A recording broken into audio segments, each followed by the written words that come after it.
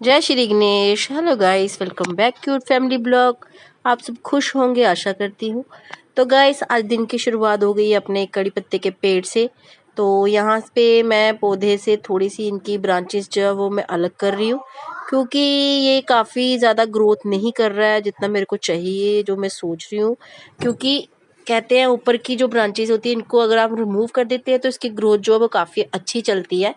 इसीलिए मैं इनकी जो रिमूव कर रही हूँ ऊपर की ब्रांचेस की, इसकी ग्रोथ जो है काफ़ी अच्छी हो। ये देखिए कितनी सारी थी जो एक्स्ट्रा में जा रही थी, इसीलिए मैंने इनको सब काट दिया है। और ये देखिए काफ़ी अच्छा मेरा ये ग्रो करेगा अब मेरा कड़ी पत्ता, जो ऑलवेज मुझे बहुत प्यारा है। और आज का मौसम जो है वो काफ़ी अच्छा है, सुहाना मौसम है। आज मेरे हस्बैंड जी की छुट्टी है और मेरे हस्बैंड जी का है बर्थडे, और हम छोटा मोटा सेलिब्रेशन घर पे ही करेंगे। और फिर मैं आ गई थी किचन में और मैं अपने हस्बैंड जी के बना रही थी इडली सांभर। और सांभर मैंने रात को ही बना लिया था, हमने रात को सांभर चावल खाए थे। इडली सांभर बना रही थी क्योंकि सांभर तो बना लिया था। फिर इसके बाद मैंने ले लिया था 1.5 कप रवा यानी कि सूजी, और थोड़ी सी एक्स्ट्रा ज़्यादा हो गई थी तो मैं वापस इसको डाल रही थी बीच में, और ये ज़्यादा ही हो गई थी कुछ, तो फिर मैंने 1.5 कप सूजी ली थी यहाँ पे। और इसके बाद मैंने लिया था 1 कप यहाँ पे भर के कटोरी में दही। आप कटोरी का मेजरमेंट कर सकते हैं, मेजरमेंट पूरा होना चाहिए, तभी आपका जो इडली है वो काफ़ी टेस्टी और स्पॉन्जी और अच्छी बनेगी। 1.5 कप मैंने यहाँ पे ले ली थी सूजी और 1 कप लिया था दही, और इसको मैं अच्छे से मिक्स करूँगी थोड़ा सा नमक डाल के। इसमें कोई भी एक्स्ट्रा नमक नहीं मतलब एक्स्ट्रा कोई मसाला नहीं पड़ता, सिर्फ नमक डालना होता है और ये काफ़ी टेस्टी बनती है। और थोड़ा सा इसमें पानी ऐड करना था मैंने, क्योंकि ये काफ़ी गाढ़ा हो गया था घोल ये। और इसको अच्छे से मिक्सर से मैंने मिक्स कर लिया और इसे रख दिया मैंने रेस्ट पे थोड़ी देर के लिए, कोई 15-20 मिनट के लिए। उसके बीच में मैंने नारियल की चटनी बनाना शुरू किया। इसमें लिखा है मैं नारियल थोड़े से मैंने यहाँ पे पीनट लिए हैं, लहसुन, अदरक और लाल मिर्ची लिए साबुत, बस यही लिया था, ज़्यादा मैंने हरी मिर्च ली थी एक, इसको अच्छे से ग्राइंड कर लिया। और इसको लगा लिया मैंने तड़का, राई डाली थी और डाला था कड़ी पत्ता जो मेरा बड़ा फेवरेट है। इसको अच्छे से मैंने करके गरम और रख दिया था। चटनी को लगा दिया तड़का और ये काफ़ी अच्छी चटनी बनी थी, नारियल की चटनी। और सांभर मैंने रात को ही बना लिया था, सिर्फ इडली और चटनी मैंने सुबह बनाई थी। इसको काफ़ी अच्छे से मैंने मिक्स कर लिया और खुशबू बड़ी शानदार आ रही थी, बहुत ही खुशबू अच्छी आ रही थी। टेस्ट वाइज भी काफ़ी अच्छा था, बट अपने हस्बैंड को जब तक टेस्ट ना कराऊँ तो पता नहीं चलेगा कैसी है।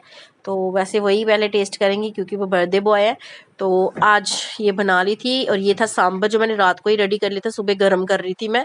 और इसमें मैंने लौकी, कैरेट और कुछ बेसिक जो बैंगन वगैरह जो भी आपको सब्जी पसंद हो उसके साथ आप बना सकते हो, बीन्स वगैरह डाल के।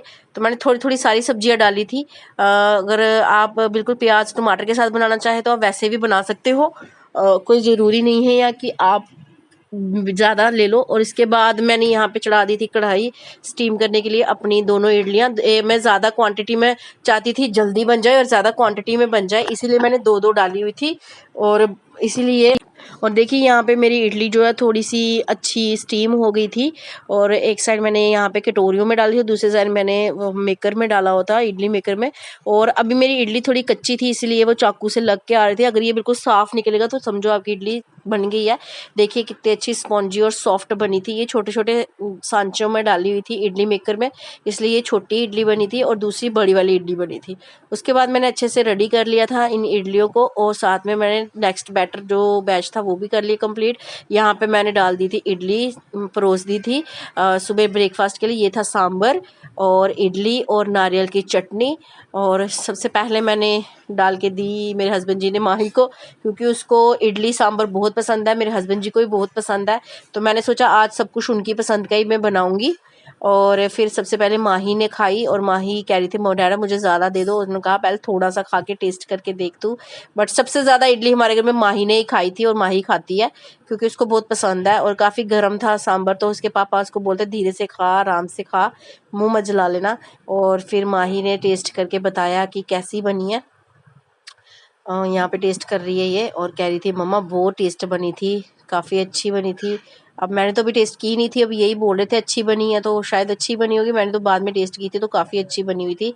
और मुझे लग नहीं रहा था ये मैंने बनाई थी, और ये मैंने सेकंड टाइम अटेम्प्ट किया था। ये सेकंड टाइम मैंने बनाई थी इडली, एक टाइम पहले भी बनाई थी सांभर इडली, और ये मेरे हस्बैंड जी टेस्ट कर रहे हैं और उनको भी काफ़ी अच्छी लगी और मैं खुश हो गई। चलो मेरी मेहनत सफल हो गई, इतनी मैंने गर्मी में बनाई खड़े होके, तो मैंने कहा चलो ठीक है। सब ने इडली सांभर से ही ब्रेकफास्ट कर लिया था और यहाँ पे ये सारे इंजॉय कर रहे थे अच्छे से।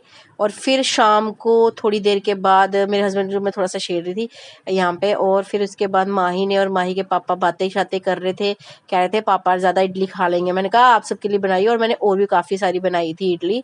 और इसके बाद माही और माही के पापा का हो गया झगड़ा शुरू, इनकी फाइट शुरू हो गई जो हमेशा होती है जब इनकी छुट्टी होती है। बस ये वुल बने हुए थे और ये इसके ऊपर इनके ऊपर चढ़ के गिरने का कर रही थी कि पापा मुझे गिरा के दिखाओ, और ये गिर नहीं रही थी। फिर भी इसके पापा इसके साथ खेलते, बस ऐसे ही टाइम स्पेंड करते कि चलो ये खुश हो जाएगी। और ये कह रही थी पापा हाथ पकड़ो, फिर उनको गुत्तू गुत्तू कर रही थी, ऐसे मतलब थोड़ा सा हंसाने गुदगुदी कर रही थी और अच्छे से हंसाने की कोशिश कर रही थी यहाँ पे। फिर इसके पापा ने इसको पकड़ के मारा, बहुत पकड़ के, ऐसा मतलब प्यार से ही मारा। पर बाप बेटी का रिश्ता ही ऐसा होता है यार, कभी प्यार कभी झगड़ा कभी कुछ। पर ये है कि इन दोनों की अंडरस्टैंडिंग और लड़ाई बहुत ज़्यादा है, एक दूसरे के बिना रहते भी नहीं है और एक दूसरे को मारे बिना रहते भी नहीं, झगड़ा भी बड़ा करते हैं दोनों। और बस मैं इनको ही शूट कर रही थी थोड़ा सा, मैंने कहा चलो ये बचपन की यादें हैं, थोड़ा शूट करके रख लें तो बड़ी होगी बताऊंगी। और शाम को फिर मैंने थोड़ा सा स्नैक बनाने की तैयारी कर ली थी। ये मैंने टमाटर प्याज खीरा वगैरह डाल दिया था, और ये गोलगप्पे जैसे होते हैं ना, वैसे मैंने थोड़ा सा यहाँ पे कर लिया था, फ्राई कर लिया था। गोलगप्पे तो अच्छे नहीं बने थे इसके, पर मैंने ऐसे लगा था, मेरे को ऐसे आइडिया आ गया इनको फ्राई करके बीच में से कट करके थोड़ा बीच में स्टफिंग करके हम एक स्नैक तैयार कर सकते हैं।